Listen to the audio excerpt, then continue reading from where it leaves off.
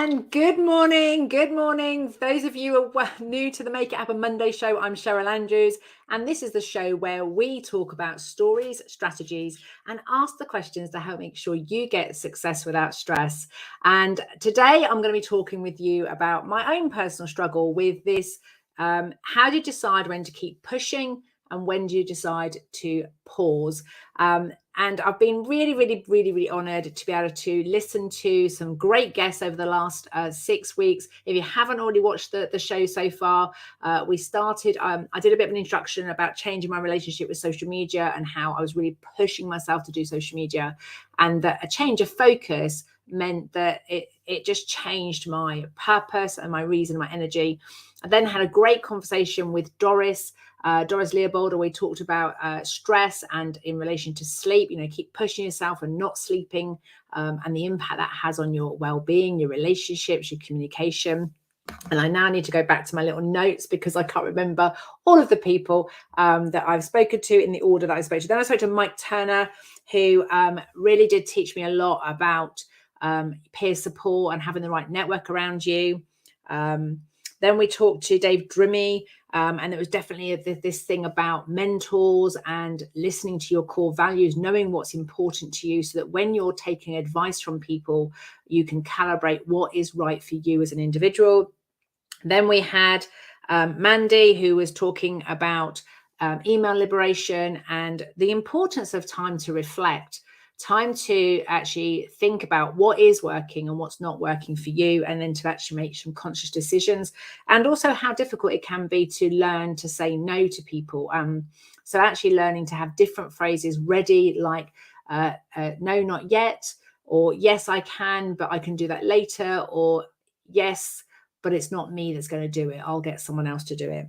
And we finished recently with Mel last week, where we were talking about food and your relationship with food and dieting and body shaming. And it was really lovely to hear this. There was this deep knowing when it's the right push. There's this thing that goes on internally for her, and when it's the wrong, it's like she's got a door open and there's like this little crack, and she's like fearful, and then she pulls away from it.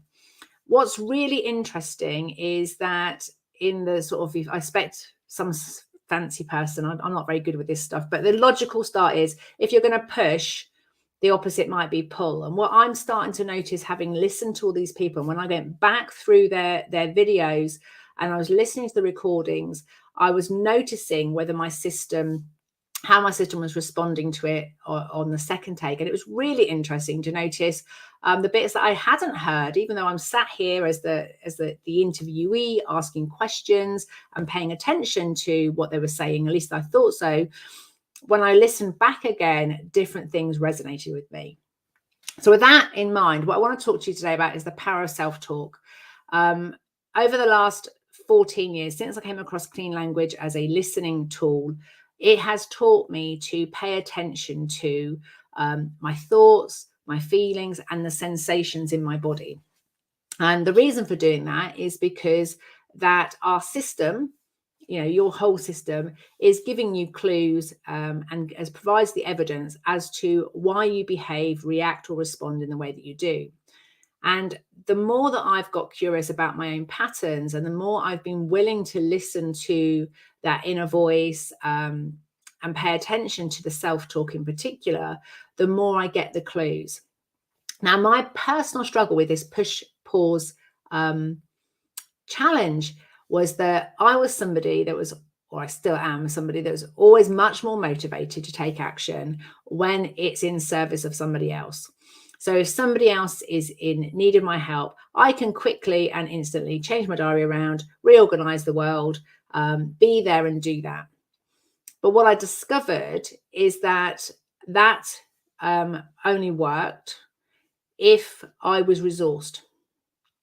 So that, if I had not slept very well, if I had not been eating particularly, food that was great for energy, that was great for clarity of mind, that gave me confidence, that made me feel great inside. This is not necessarily about body image, but some foods leave you like, I remember a client recently said, they said when they were sort of demotivated, it was like having a Christmas pudding inside. And, you know, if you've got that really sort of heavy feeling, whether it's, you know, from the food or it's from your thoughts, then it takes me more to get going. So I know that in order for me to push through outside my comfort zone, to push myself to learn, to grow, to find out new stuff, the thing that's fundamental for me is I have to be well rested, restored, and recharged.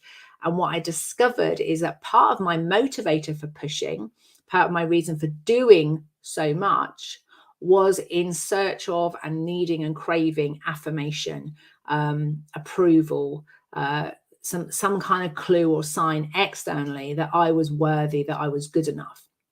And so when you're constantly doing stuff, whether it's coming on social media, whether it's working long hours trying to please the next client, whether it's, you know, running around after your kids and constantly, you know, being their taxi and sewing their clothes for them and washing and ironing for them and never, you know, never letting them go for anything, you're always there. If part of the driver for that is for approval, for you know, to be know that you're recognition, that you're good enough, then the ability to stop might be harder. And I'm up for discussion on this. Please share. We've got somebody live. Let me know what happens for you. But what my personal story, what I've realized is that because I was pushing for approval externally, wanting to please others, wanted to help. Now, quite often, if I did something for somebody and I could see that I made a difference, I didn't need to hear it from them.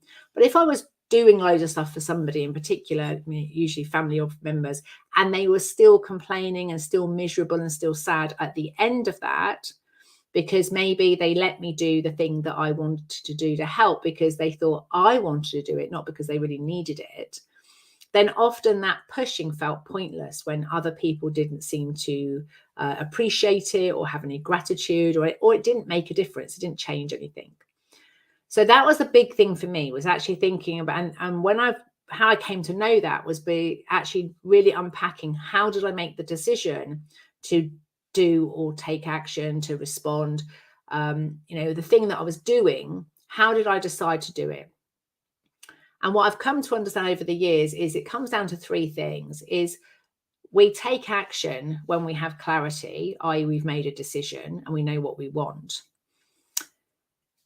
But if the reason we're doing it is to build confidence, is to get affirmation, to get recognition, to get feedback, then what can happen is you do an awful lot of doing, craving that feedback from other people, and then eventually you hit burnout, or you have metaphors like you feel like you're going around in circles, you're hitting your head against a brick wall, or you feel like you're on the treadmill of life. But if the reason you're doing it, the driver is you're looking for approval, then quite often you may not get the feedback that you want. So I've learned that in order to make good decisions, I have to know myself well. I have to know what works for me. I have to know what is in my best interest in terms of health, well-being, mental capacity. So my confidence, I've discovered, comes from chatting with the purpose of really being conscious of what I'm saying, why I'm saying it, but also giving myself evidence-based feedback, learning to affirm myself, recognize myself, give myself credit, give myself awareness, collect the proof. Now, I do what's working Wednesday newsletter called the Success Without Stress. It goes out on a Wednesday morning. And one of the things I do with my clients, and I practice myself, is if I'm in overwhelm or I'm frustrated and I feel like I'm doing, I'm busy doing, and it doesn't feel worth it. If I catch myself saying things like that, then it's usually a good time to stop and go, okay, what's working? What has worked? What is working? What's the evidence that it's not worth it? And quite often in my case, what's happened is I've forgotten why I was doing it for me. So yes, I want to help somebody, but if I remember that I wanted to help, rather than maybe this underlying old habit of, I wanted to know that I mattered, I wanted to know that I was useful, I wanted to know that I had value, I wanted to know that people care about me, If I remember that I wanted to be helpful, that was my purpose for doing it, and I collect evidence as to whether or not I have or haven't been helpful, then I can remain confident with one, the decision I've made and the action I've taken, and also in who I am. Now, that doesn't mean that, if I've got a core value about gratitude, but what I have learned when it comes to wanting other people to change their behavior is I have to just take a step back and make sure I'm listening to myself, because I might be saying things like, well, they're not very appreciative, they're not very grateful, etc. And it's from the work of Byron Katie, Loving What Is, that there's an exercise she's called Love Thy Neighbor, and it's in my book, Manage Your Critic. I was very blessed that Byron Katie gave me permission to use her activity in its entirety in the book. But there's this thing where you go, actually, is it true, if not truer, that I need to do that? If I'm criticizing somebody else for not being grateful, for not appreciating me, for not valuing me, my thing is it true, if not truer, that I don't appreciate me, that I don't have gratitude for me, that I don't value me? And when I started to change the focus, it changed the response. And when we're trying to change behaviors, if, like me and many of the clients I work with, that you hear yourself saying, part of me says this and part of me says that, it may well be that there's a younger version of you, a young child that was desperately trying to please their parents, wanted to make their parents happy. And for whatever reason, just timing, doesn't matter. The best parents in the world will do this to our own children. Even with all the training that I had, I still managed to, because I'm human, and I get overwhelmed and I get frustrated and I don't say the right things at the right time. So I'm absolutely sure that, my children will also have, you can't avoid this stuff. I've come to the understanding that we can be the best that we can be, and we will still cause upset for other people. And so it's not really about trying to avoid upsetting anybody or not pleasing everybody. It's more about having the tools and the resources that when change is happening and people's systems are upset in that, they're not getting what they want or need to feel safe, we have to have the tools and the resources to have some really helpful and honest conversations. So instead of me trying at the very beginning to not upset anybody and please everybody, my focus now is actually building relationships with people that says, sometimes, even when I very first start working with people, I've took on a copywriter for some blog work probably at the beginning of last year, actually. And I said, look, at some point, if we're going to work together, I'm going to annoy you. Something I say or doesn't say isn't going to work. So before we even get to that, let's just get some structure in place so that we are feeling, what do you need to hear and see in order to have an honest conversation with me? What do you need to know in order to tell me if you're not happy with something I'm doing? And for me, what I need to know is if I tell you that I'm not happy about something, I need to know that we can have a conversation about it. There is nothing worse for me as an individual who is sensitive and worries about upsetting people if I talk to you and you get upset and then you refuse to talk to me about it, that you cut me out, you ignore me. So I'm okay. I'm okay with having honesty, and I can have these help as long as we can have a helpful conversation to reflect on, because nearly always, whenever somebody upsets us, if you're having quite an adverse reaction, an emotional response to somebody, I'll guarantee that they're not the only person that's ever done that to you, that they're representing all the people in the world that have that kind of behavior or those core values. And so when people annoy us or frustrate us, they're actually a gift for us to find out what's important to us, what matters to us. And so rather than me getting frustrated with them, I think, okay, what's this really about? And so just today, I've been pushing to try and get my will rewritten. And I sat down with my husband here. So we've now got a flip chart in the hallway with all the things that are on my mind that we need both of us to collaborate on, we need to discuss, we need to plan, we need to make decisions about. And I said, I feel like I'm holding all these things in my head. So there's like about 10, 12 bubbles on the wall now with things like, from painting the bedroom to organising his office, to getting the kitchen sorted, getting the hallway painted, the beach hut needs painting. There's just tasks, lots of lists of things. And I've been fascinated why I haven't just gone and done them. And when we went through them yesterday, what I discovered was that the common pattern was, for 6 of them, was I couldn't see where the money was going to come from. So we have money saved up in various little places, and I didn't know the source. So what was stopping me from taking action was actually I couldn't see where the money was going to come from. So the first thing we've got to do is actually work out how much we're prepared to spend. Where's the money coming from, or do we need to save the money up? That now means I can take action on those things and do them. One of the other things, which is the will, what I decided is that what I discovered was that I had, there'd been a past experience where something could upset me when somebody else did something with their will. And I didn't want that to happen to my own children. But what I discovered is I was feeling uncomfortable about having those conversations with them. Now I know that I can talk to somebody to get myself resourced and get clarity. What do I want to say? Think about where my confidence comes from. And for me, it's about understanding how I've made the decision. And one of the decisions I've got to make is like, who's going to be the executors of the will? And I've got 5 children. So I think I've got to the point now where I've decided I'm just going to put their names in a hat, because it isn't about preference or, better people. It's about pulling out 2 names and going, right, we've pulled your names out of a hat. You're the executors. Do you want to do that role, or would you rather me put your names, pull out another name and actually let them be part of that? Because it really isn't about favorites. It's not even about who we think would be best to do it. It's about checking whether or not they want to do it, but we do need somebody to do it.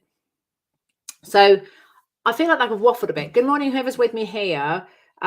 My personal struggle with pushing through has always been that I'm much more likely to do it for other people than I would have done for myself.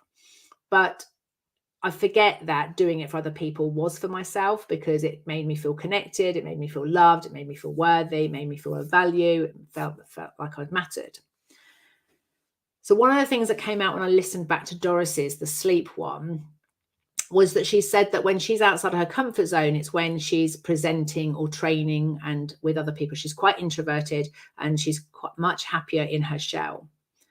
And what I discovered reflecting on that was that when I'm out of my comfort zone, it's actually when I'm on my own.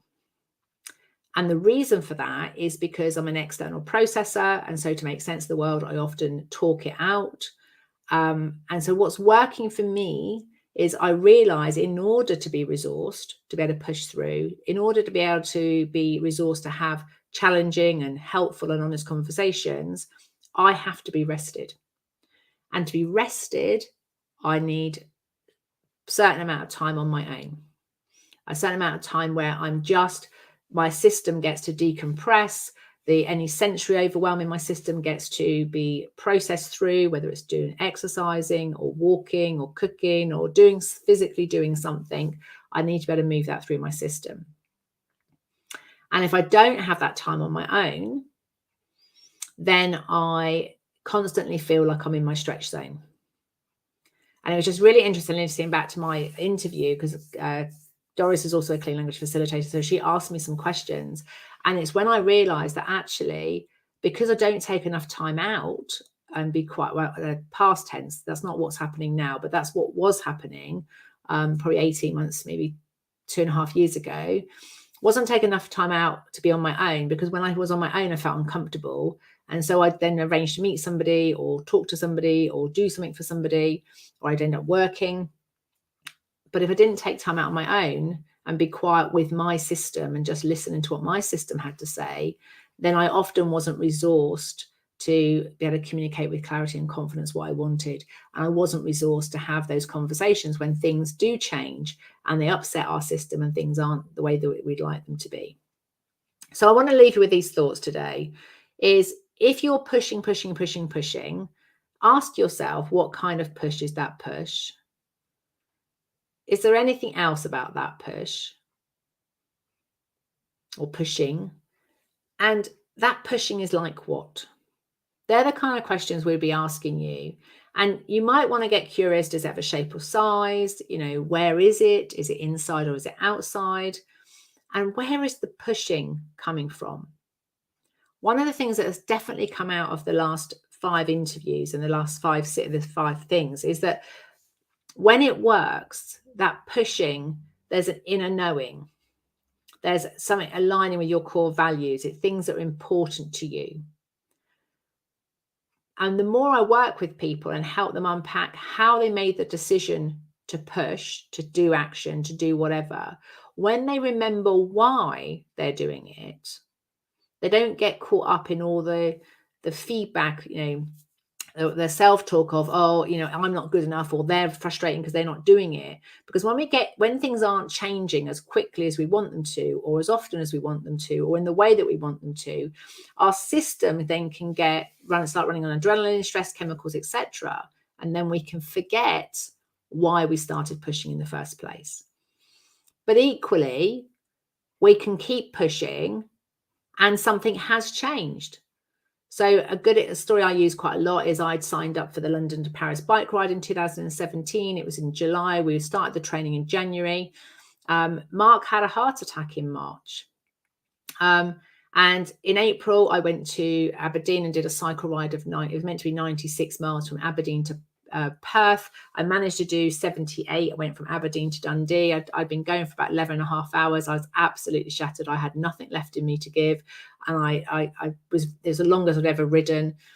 And I stopped and I had to think about it. And I did that whole ride on my own because Mark couldn't. He was in the car and he was supporting me, and he was, we were able to call on the phone, but I had the sat nav. I was trying to get myself from one place to the next. And I got to the end and I was in absolute tears. And it was a great achievement. I'm really pleased I did 78 miles in a day on my own, literally on roads I'd never been on before. I didn't know where I was or what I was doing. And I had his support in the background, but there was long stretches where I was on cycle tracks that were along the waterfront, the coast, and he was like 3-4 miles on a road inland, traveling as much as he could alongside me. And I got to the end of it and I decided to cancel doing the London to Paris ride. And the reason I cancelled it was because I remembered why I was doing it. I really wanted to go to Paris with my husband and he wasn't that interested. And I really wanted to spend more time with my husband because he cycled most weekends and he was away, Saturday and Sunday. So it's a case of can't beat him, join him. So I had started cycling because I wanted to be with my husband and I wanted to go to Paris with my husband. It wasn't because I particularly wanted or needed a cycling challenge. It wasn't something that I was up for. I was just doing it to be with my husband. And so I was able to let go of that decision. And interestingly, I would have pushed myself, even though it wasn't necessarily something I really wanted to do, because it was a big enough driver that getting to Paris and being with my husband was what would have motivated me. So have a think about, how did you make the decision? What feedback are you giving yourself? What's your self-talk like? Where's your evidence, your proof coming from? And be just noticing whether something's changed since you made the decision. And it's also noticing that sometimes the change that you want to have happen, let's say you do something for somebody and you want them to be happy, sometimes that change takes longer than you would like it to. You're wanting instant feedback that it's going to work. And so one of the things I ask my clients to do is start tracking the change, no matter how small. Let's say you've got a stroppy teenager and they're screaming and shouting. If this time they scream and shout for 30 seconds less than they did last time, sometimes it's not necessarily that the thing has completely changed, like stopped, but there's evidence that maybe they're less angry or less upset, or they do it for less time, or it's less frequently. Sometimes we have to identify the changes that are happening that are really small because we're not noticing them, particularly if we're being driven by wanting to know that what we did was right and it's working. That can cause fear in our own system and frustration, which means we stop paying attention to what is working and what has changed and what's improving. So that's my 3-step strategy for knowing when to push pause and when to ask for help. And definitely for me, it's about understanding how you work, learn and live at your best. It's understanding what you need to be resourced. And And where does your clarity come from? Where does your confidence come from? And change for you is like what? When you know those three things about yourself, then you start to realize that it's not really about this person that's annoying me. It's not really about this situation. It's usually at a pattern level. It's about you at a pattern level, how you do you. Hope you found today useful. We've got G here. Where is that pushing coming from? Aligning with the core values. So I'm assuming that's either your answer or you've very kindly typed up what I'm saying. In David Drimmy's interview, if you didn't catch it a couple of weeks ago, he's the podcast host of Wealth Wednesdays. And he's also Profit Champions. And he puts people's attention on profit rather than just revenue. And he's really good at sort of asking people to challenge their thinking, challenge their status quo. But what he knows is that people don't do things if they're not aligned with their core values. And then what he found is he went on a sales course and some sales training that really didn't sit well with him, felt really icky. So if you don't learn how to listen to your own system, if you don't know how to listen to what works for you, then there's a good chance that you're going to get some kind of reaction or response, or a lack of reaction and response that's going to trigger emotional feelings or sensations in your body, but you won't know how to interpret them. And then we make up all sorts of stuff, which then impacts our performance. And what can happen is when we've got all this icky stuff going on, I see people doing it all the time. They go and push, they go and do something. One of the things that Mike said on his interview was, I think when, I can't remember his exact words now, but if you're stuck, I think I'll just get his work. When you don't know what to do, do something, he said. But what he's also realized is that sometimes that something that you have to do is step back and reflect. Okay. So if you are finding patterns repeating, if you find that not only does it happen with this person, but it happens with this person, usually when people come to me is when a pattern is occurring and they see it happening. Let's say they've had 2 marriages, or they've had 2 workplaces and it's occurred, and they go, oh, this has happened, or it's the 3rd time. Or if it's happening at work and now it's happening at home. So usually when it only happens in one area of our life, and we've got one area of our life, like, our home life is okay, but work isn't, we've got somewhere where we can go back and decompress, resource ourselves, restart again. But if the pattern starts showing up at home and in work, often people don't have anywhere to go with their stuff. They don't know where to go to get the clarity, which is when we perhaps need time alone, or we might work with a coach or somewhere to support us, because what's probably happening is it's a pattern that is, it's unique to you. And even though you want to, it's easy to think, oh, it's those people's problem, it's the problem. We may well be attracting that kind of people there because there's a lesson for us to learn. And quite often it's our own journey, it's our story. In the Manager Critic, I talk about the why, you, your story. Step 7 is, you, your story and your why. That if you look at why you've made the decision, then sometimes that's all you need to do. Sometimes it's about your story.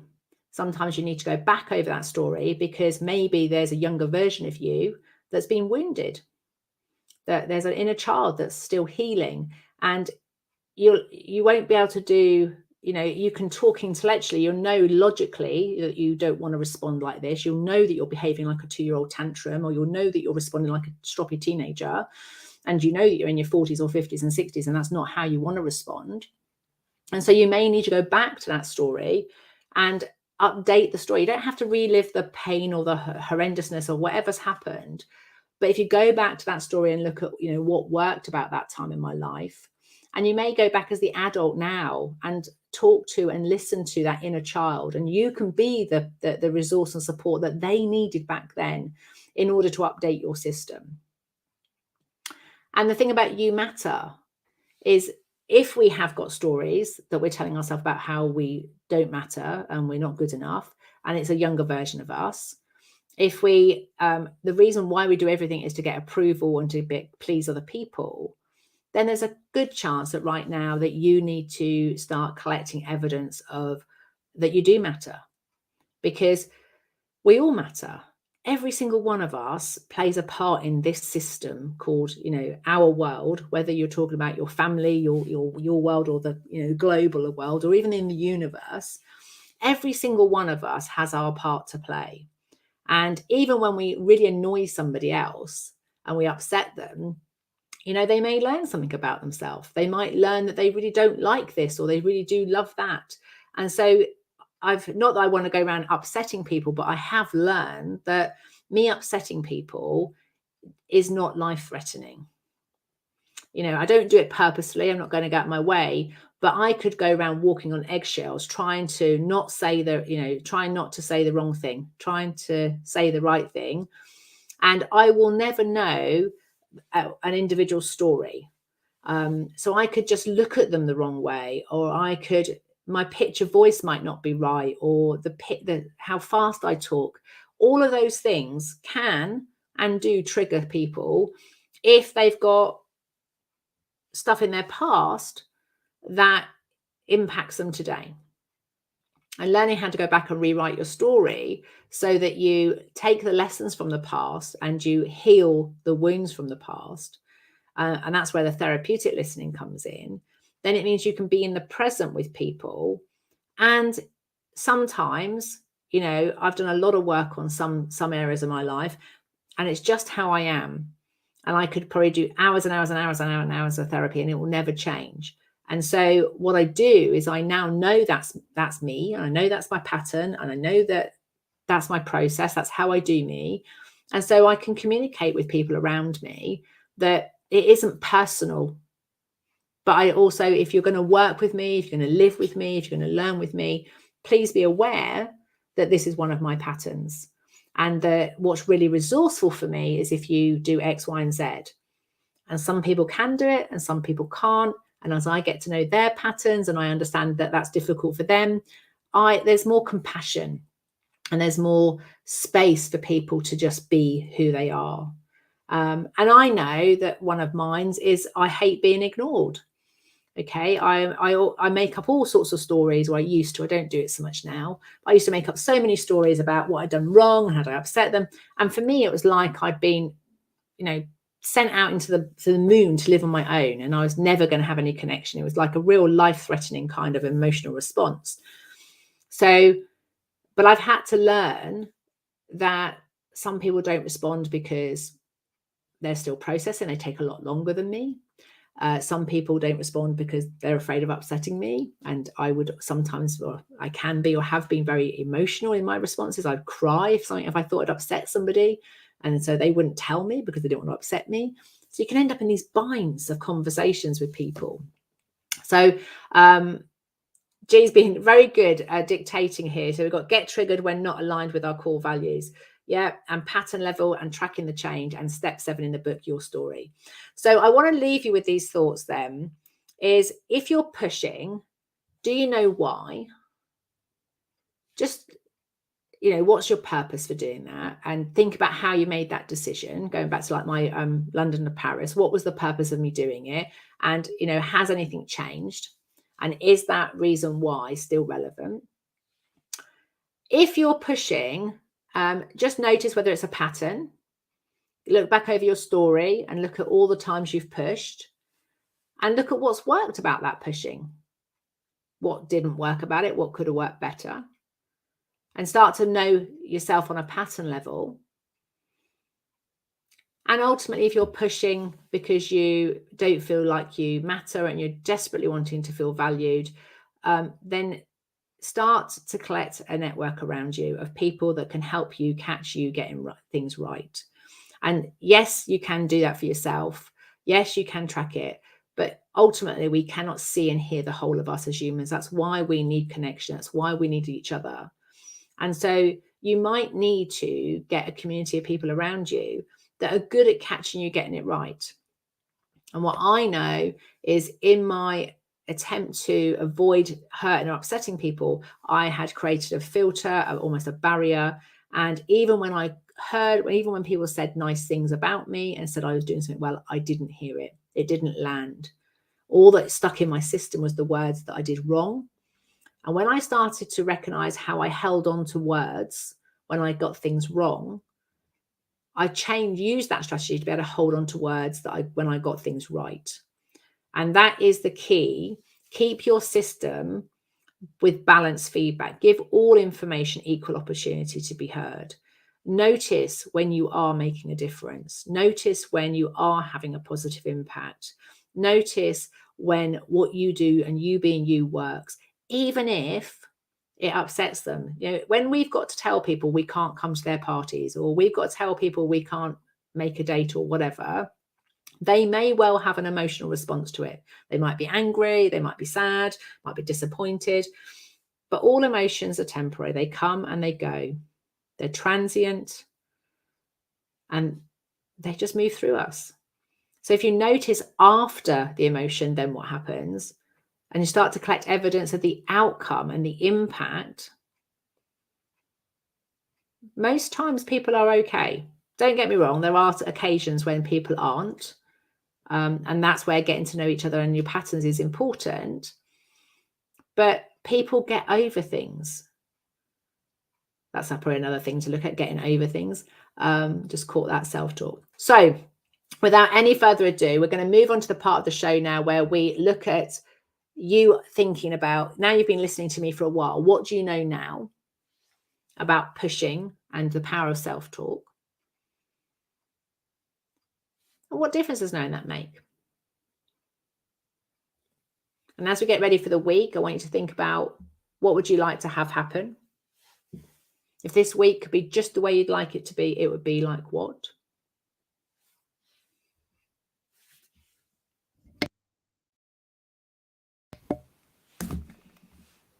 How do you need to be for that to happen? What kind of you is that you? And what kind of resource or support might you need?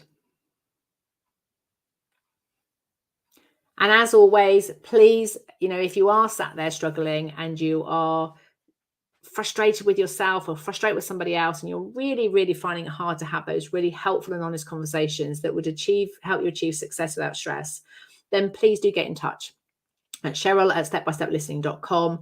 Whether we work one-to-one or you join Do Delegate or Ditch Academy, where we spend time as a group getting curious about how we make decisions, how we plan, our relationship with time. Often that's a big part of it. The way you talk about time, the way you feel about time, the language you use to describe things like, I'm never very good, or I'm always this. All of those things we're there to be able to help you with at Step by Step Listening. So please do not struggle alone. So if you just want to have half-hour chat, let's get in touch and let's have a conversation. Have an amazing week, and I look forward to seeing you all soon.